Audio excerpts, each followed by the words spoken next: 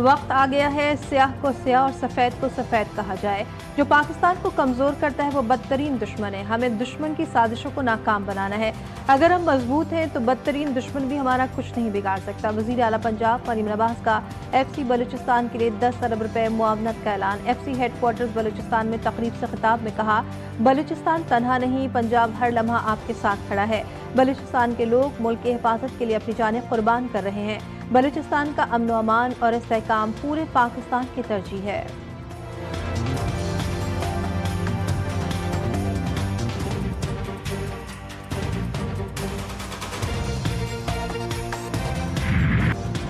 Supreme court کے حکم پر friend of the court barrister Salman Safdar کی اڈیالہ جیل میں قید۔ بانی پی ٹی آئی سے طویل ملاقات، رپورٹ آج سپریم کورٹ میں پیش کریں گے۔ ملاقات تقریباً 3 گھنٹے تک جاری رہی۔ مختصر گفتگو میں سلمان صفدر نے کہا کہ عدالتی حکم کے مطابق بانی پی ٹی آئی تک مکمل رسائی دی گئی۔ رپورٹ سپریم کورٹ میں داخل کروانے تک مناسب نہیں کچھ کہوں، دیکھ لیں 3 گھنٹے کے بعد باہر آیا ہوں۔ بانی پی ٹی آئی کی صحت ٹھیک ہے۔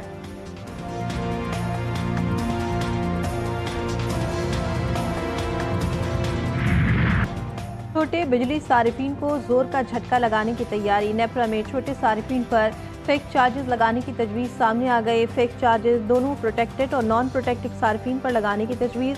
ماہانہ 100 یونٹ استعمال کے پروٹیکٹڈ صارف پر 200 روپے، ماہانہ 200 یونٹ کے پروٹیکٹڈ گھریلو صارفین پر 300 روپے فیک چارجز کی تجویز۔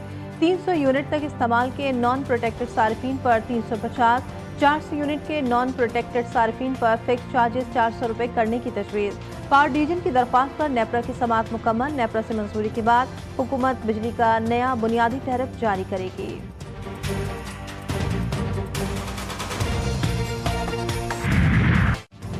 حکومت کی نئی نیٹ میٹرنگ پالیسی سے عوام پریشان، بجلی مہنگی ہونے کا خدشہ۔ سیاسی حلقوں میں بھی تشویش کی لہر دوڑ گئی۔ پیپلز پارٹی نے پالیسی کو عوام دشمن قرار دے دیا۔ وزیر توانائی اویس لغاری کہتے ہیں کہ آئین اور قانون کے مطابق نیپرا ریگولیشنز میں ترمیم کی گئی۔ بجلی پی ٹی آئی کے دور میں مہنگی ہوئی، ہم تو اصلاحات کر رہے ہیں جو ٹریک پر ہیں۔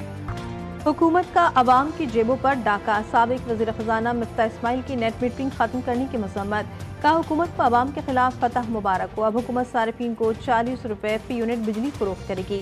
یہی بجلی عوام سے 11 روپے فی یونٹ خریدی جائے گی۔ خریدی اور فروخت کی گئی بجلی پر 18% سیلز ٹیکس بھی وصول کیا جائے گا۔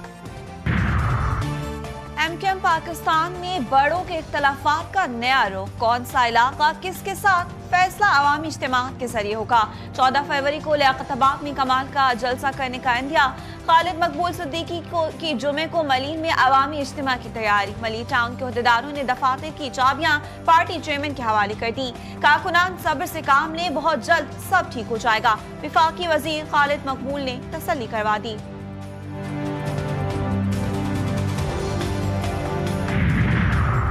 نائب وزیر اعظم اسحاق ڈار اور ترک وزیر خارجہ کے درمیان ٹیلی فون پر رابطہ۔ علاقائی و عالمی صورتحال پر تبادلہ خیال۔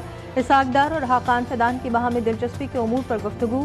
قریبی رابطے پر اتفاق۔ پاکستان ترک کی قیادت کا علاقائی و بین الاقوامی امور پر مشاورت جاری رکھنے کا عزم۔